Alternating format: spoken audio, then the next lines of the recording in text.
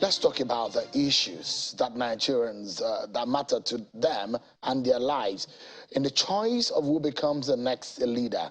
Tonight, I'll be talking to, he has the appearance of a young man, and perhaps on the platform of the Young Progressives Party, YPP, the presidential candidate of the YPP, Mr. Malik Ado-Ibrahim, joins me live here in our Abuja studio. Thank you so much indeed for coming tonight. Thank you, Shem. Thank you. They say that the young people will determine the 2023 election. Your party has young in its name, but how much of the correlation and the connection does your party have with the Nigerian young people? I think the fundamental aspect of this is that we are actively in search of a common dialogue between ourselves and the youth of this nation. What do they want? What do they aspire to be? And I believe that the Young Progressives Party, even our chairman is a young chairman, present a very strong appeal to them, because we are talking about measures that matter to us today. The past is great, history is wonderful, but what are the visionaries of tomorrow going to be talking about? And the Young Progressives Party has that kind of leadership, whether at the senatorial level, governorship level, or presidential level. There are some questions that have been asked of some other political parties, and perhaps that is also relevant to your party, is whether or not your party has a structure, the requisite structure, to win a presidential election in this country. Yes. You know, the word structure makes you believe that there's some sort of a building that has been built and everybody's going to sort of fill that in, and it's something that's well oiled and it works. The truth of the matter is that if the parties that got the top 2 votes last year, APC and PDP, last cycle, did so well with these structures, how come only 15 million people voted for the leader? 13 million for the second place. The structure should be able to galvanize 50% of the population. The people are the structure. We're just not giving them the messages. And I believe with what YPP is about to do, we want to take the messaging to the people. We want them to have dialogue with the leadership. And that is the structure we're going to build. It's got to be viral. It can't be some kind of a process that you just put up saying, you know, we're going to win, and that's it. We believe we're going to shock and awe the system in 2023. When you say shock, what exactly do you mean by that? Well, because the hymn sheet has never changed. Everybody's done the same thing from 1999 to today. You have your rallies, you have all this promises, but content, very short. Examples, very short. You can only talk about what somebody did in a state or what somebody's going to do. We've nobody running today. Nobody has ever been president of the Federal Republic of Nigeria. So we have, at this moment, a watershed moment. And at YPP, we believe we have the best and the brightest coming forward. And we intend to show that by communicating directly with the people. Our structure is different. The way we're presenting ourselves is the structure of the people, the young people of Nigeria. And that is close to 100 million people, or even not more than 100 million people, that are ready to go and vote for a leader that they can believe in. I will not go into too many issues. I'll just pick 3 of them that I think are fundamental for changing the face of this country. If anyone who wants to become a leader is serious about changing the status quo or improving on the state of the polity. Now, first and foremost is security. Yes. You've told me in an interview here before that you have what it takes to fix Nigeria's security. Yes. You think that having worked outside of this country in some sectors gives you the understanding of the security challenges of this country. But today, that time you couldn't campaign, today you can. Yes. And we'd like to know, how would you fix the security problem of this country? You know, we are still stuck in a 1980s footing. In those days, Nigeria went to war to liberate countries like Liberia and Sierra Leone. We had the weapons of war, we had the numbers. Today, we're facing an asymmetric warfare. We're fighting our own people. The people we're fighting are not tooled like the federal government should be tooled. They don't have an air force, for example. We should have air superiority. We should be able to dominate the skies. The fundamental issues are we're not prepared to do that. We haven't retooled since 1980. And that way, right now, we're finding ourselves trying to find a format, something that works. We're going from Super Tucanos to F-17s to everybody's got something. There's no plan. And coming into this, as a military man myself, as somebody who's worked in the military-industrial complex, built systems, understand the value of planning and execution. I've done this, and I'm doing this for other countries. I've been asked to come in and help put together plans for resolving similar issues that we have in this country. It's not because nobody knows what I do outside, it's because nobody knows what I do inside Nigeria. So there is a plan. There's a motive to change, certainly, the air superiority that Nigeria should have. It's not about super to So are we going to be buying more, or we're going to be making ourselves? I don't think it's a question of what we're going to, making something, is what we're going to use. For example, I like the idea of using drones. They are safe. They can be built in Nigeria. We can localize the production.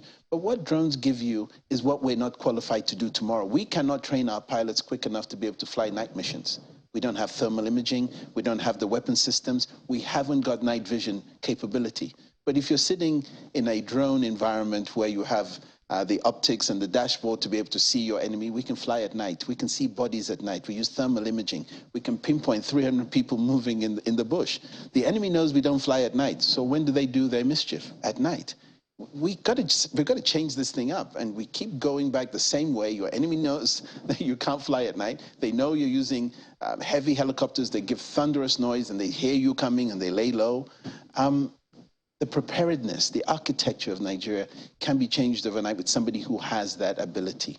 And I assure Nigerians that what we are bringing to the table under a YPP-led Malik Ado-Ibrahim administration is one that puts the future first. We are going after the enemy. We don't have to, this is our country. They can't come and disrupt. A few people disrupting the many. And so the forcefulness of the kind of intervention we want to have is modernity. It's clever. It's smart. It's using power at the brute power doesn't work today. You have to think smart, act smart, and that's why Ukraine can do what it's doing to Russia. Young men and women, 21-year-olds flying drones, destroying tank columns, taking out cities. Ukraine doesn't have an air force. It can't fly at night, but it's using what it has. Turkish drones. The Bayraktar drone is now world famous.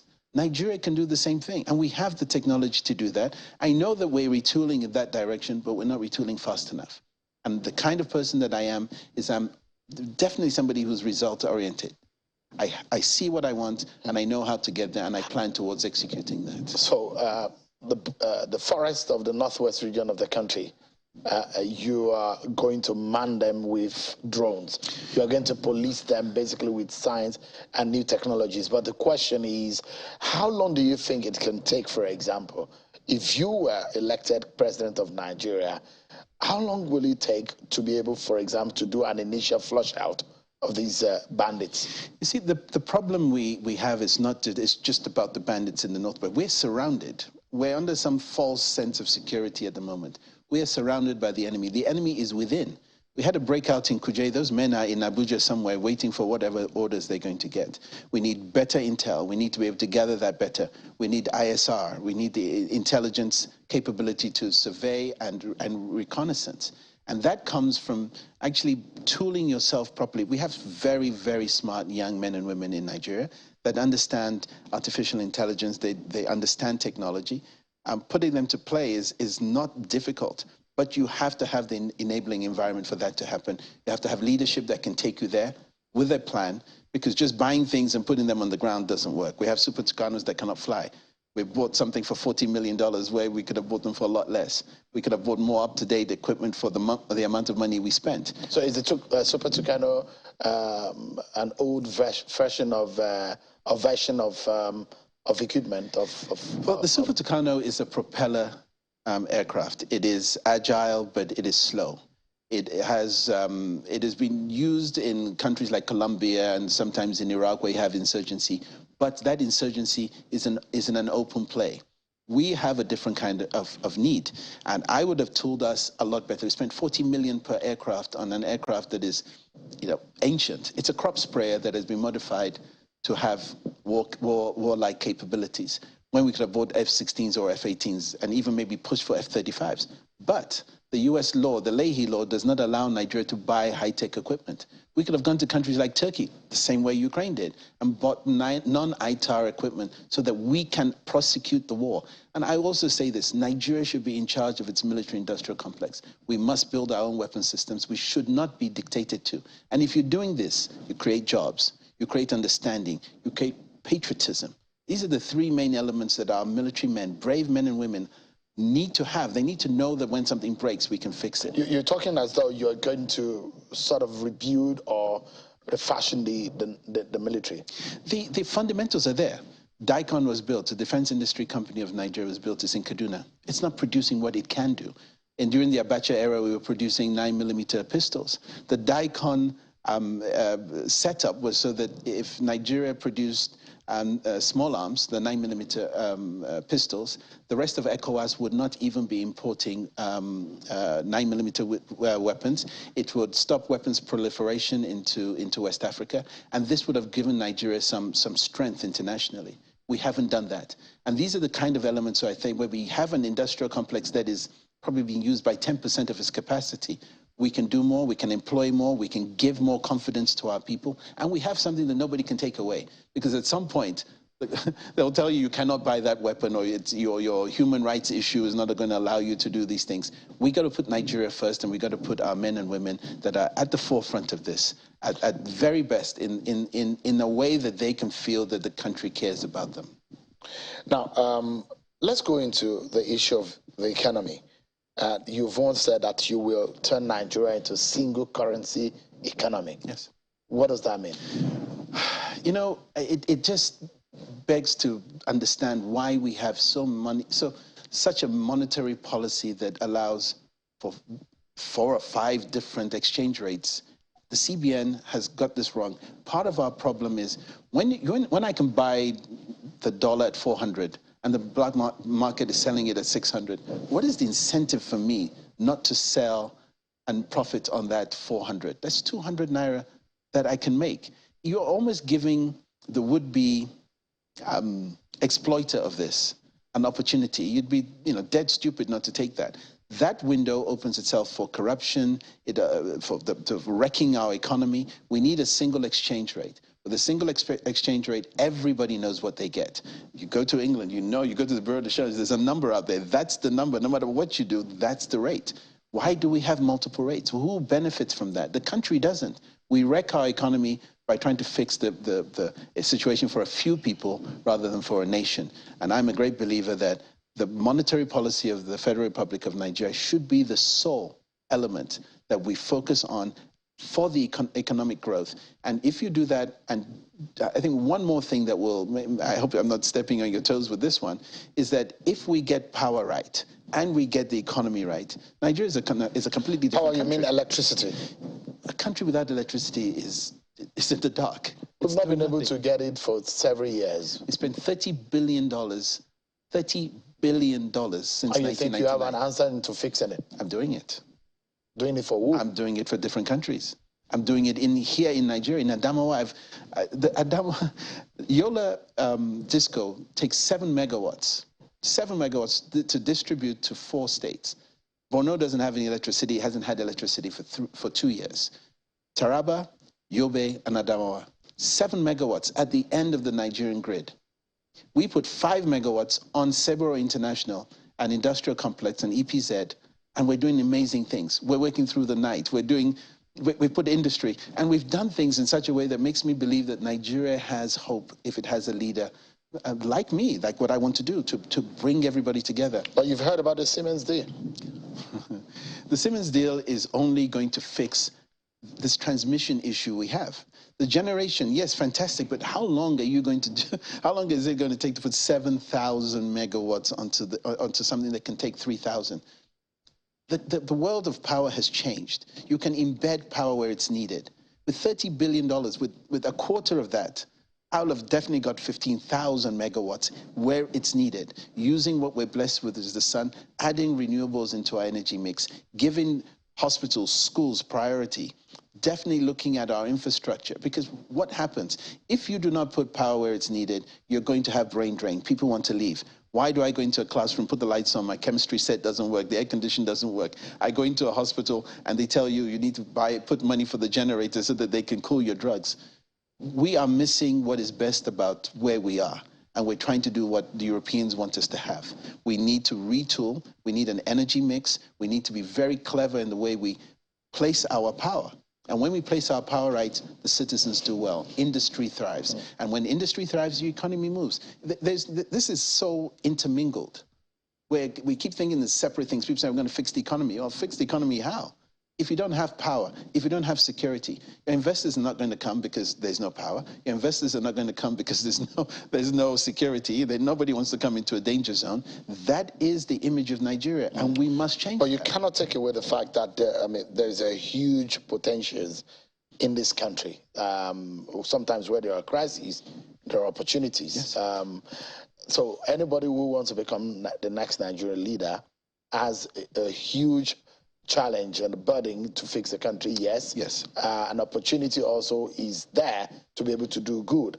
Now, jobs are very vital. People need jobs. And you see a lot of Nigerians grabbing the opportunity to further their education and taking the next opportunity to the United Kingdom to get education, and they're going in droves. Now, the question is, how would you be able to provide jobs? Great. For the young people. Yeah, yes. For the young people. You know, I've sat with some of the YPP leadership in people like Senator Uba, with Senator Albert Bassi, with the governor for the new governor coming in Abia State, Mr. Wafo. And our thinking is we need to create an enabling environment for Nigerians at home to feel that they are stronger. And this comes from building things like that will allow artificial intelligence and the tech industry incubators. I mean, it's simple. You give them power, you give young people and the environment for them to come and show their greatness, and we build from that. The next president of the Federal Republic of Nigeria needs to be the CEO, the Chief Executive Officer of the Federal Republic of Nigeria. And if you do that, you must make sure that the enabling environment is there. Your ministers don't have a 6-day hiatus so that they can have FEC once a week. They are in FEC every day of the week, as far as I'm concerned. We need to rebuild and retool the nation, and you need youth, you need experience, you need vision. How are you taking this message? I mean, when is your campaign starting? Do you have a structure for your campaign council? What are you doing? How are you taking this message out? It does look like your party is quiet, isn't it? Well, you see, it's not how you start, it's how you finish. What we've done slightly differently is I've worked on campaign councils for different countries around the world, and I realized one thing. If you're going to take your message and give it to the people, you don't do it at rallies. The world has changed. When you have that mobile phone in your hand, you need to be able to use it as a tool. And our tool is very simple. We are going to 26 states. We know that we cannot fight some people in places like Lagos because we have a president of Lagos that wants to be the president of Nigeria. We want to be able to take our message in town hall meetings, televise, live stream. We've got a plan. We're rolling out. We're going to places like Plateau State with our governorship candidates, our senator candidates. We're talking to the people, asking them what they want, and having them really just pressure us. What are you going to do? And YPP is a team. We're not looking at this thing as some kind of individual message from me alone. Mr. Malik, Ado-Ibrahim, perhaps not the last time that we'll be seeing you, because the campaign is a marathon. It's going to take a long time before the elections. Thank you so much indeed for coming tonight. I wish you the very best. Thank you very much.